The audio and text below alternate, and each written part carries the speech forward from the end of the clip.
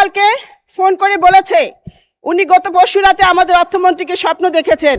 উনি স্বপ্নে দেখেছেন অর্থমন্ত্রী উনার টাকা ফিরিয়ে দিয়েছেন। মাননীয় স্পিকার, আমার এই বোনের স্বপ্ন কি পূরণ হবে? এই স্বপ্ন কি মাননীয় স্পিকার সত্যি হবে? মাননীয় স্পিকার, গত 4 জুলাই মাননীয় মন্ত্রীর চট্টগ্রামের বাসার সামনে গ্রাহকরা মানববন্ধন করেছে এবং মাননীয় মন্ত্রীর সাথে দেখা করে তাদের আকুতি জানিয়েছে। আমি খুশি হয়েছি, কারণ গ্রাহকরা জায়গা মতোই পৌঁছেছে এবং জায়গা মতোই গেছে। মাননীয় স্পিকার, আমাদের মাননীয় প্রধানমন্ত্রী, জনগণের প্রধানমন্ত্রী মাঝে মাঝে বিরোধী দলের মুডে চলে যান। আমিও এই মুহূর্তে বিরোধী দলের দ্বিতীয় সারিতে বসা কয়েকজন সংসদ সদস্যের মুডে চলে যেতে চাই। মাননীয় স্পিকার, 75 লাখ গ্রাহকের প্রাণের দাবি সাথে সহমত আমি প্রকাশ করছি।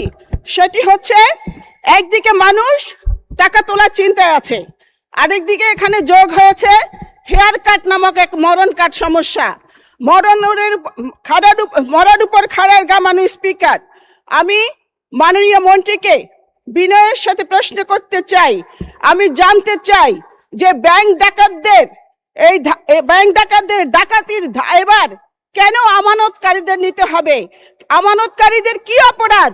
আমানতকারীদের অপরাধ হচ্ছে যে তারা বিশ্বাস করে ব্যাংকে টাকা রেখেছিল। মাননীয় স্পিকার, 75 লাখ গ্রাহকের দাবির সাথে সহমত পোষণ করে আমারও দাবি, হেয়ার কাট নামক এই মরণ কাটটি প্রত্যাহার করতে হবে, প্রত্যাহার করতে হবে, প্রত্যাহার করতে হবে। বক্তব্য পরিষ্কার, যারা জনগণের টাকা লুট করেছে। মাননীয় সদস্য প্রশ্ন করেন, ছোট করেন প্লিজ, প্রিসাইজ করেন। আই এম কামিং, এক সেকেন্ড শেষ করছি। মাননীয় স্পিকার, বক্তব্য পরিষ্কার, যারা গ্রাহকের টাকা লুট করেছে ওই সমস্ত ব্যাংক খেকো, ব্যাংক ডাকাত, ব্যাংক লুটেরাদের কোনো ক্ষমা নেই, কোনো ক্ষমা হতে পারে না। মাননীয় স্পিকার,